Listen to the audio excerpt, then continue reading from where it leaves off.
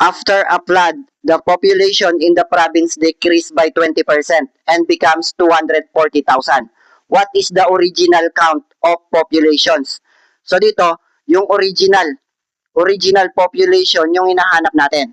So tandaan natin, yung original population is always equal to 100%. Basta original value palaging equal sa 100%. So dito, nabawasan daw. So nabawasan daw ng 20%. So, ibig sabihin, 80% na lang yung natira. So, ibig sabihin, ang sinasabi ng sentence natin dito, 80% of the original population is equivalent sa 240,000.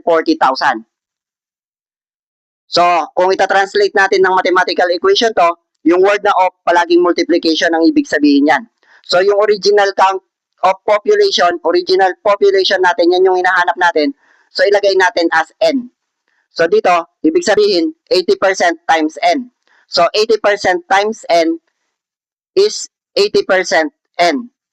So, 80% times n at saka 80% n, pareho lang yan. Basta magkadikit yung number at saka yung variable, ibig sabihin yan is multiplication.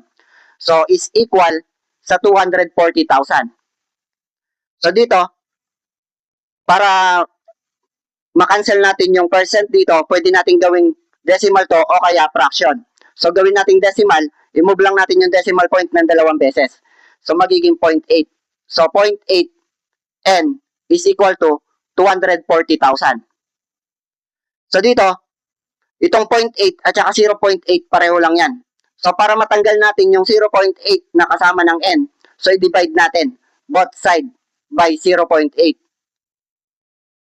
So, dito, makakancel na natin yung 0.8. So, n na lang yung matitira. Tapos, dito naman, 240,000, divide natin sa 0.8. So, gawin natin whole number yung 0.8. I-move lang natin ng isang beses yung decimal point. Tapos, magdagdag tayo ng isang 0 sa numerator natin.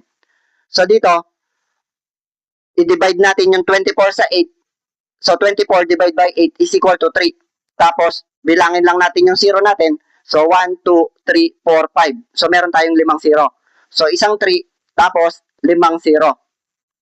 So, ibig sabihin, 300,000 yung sagot natin.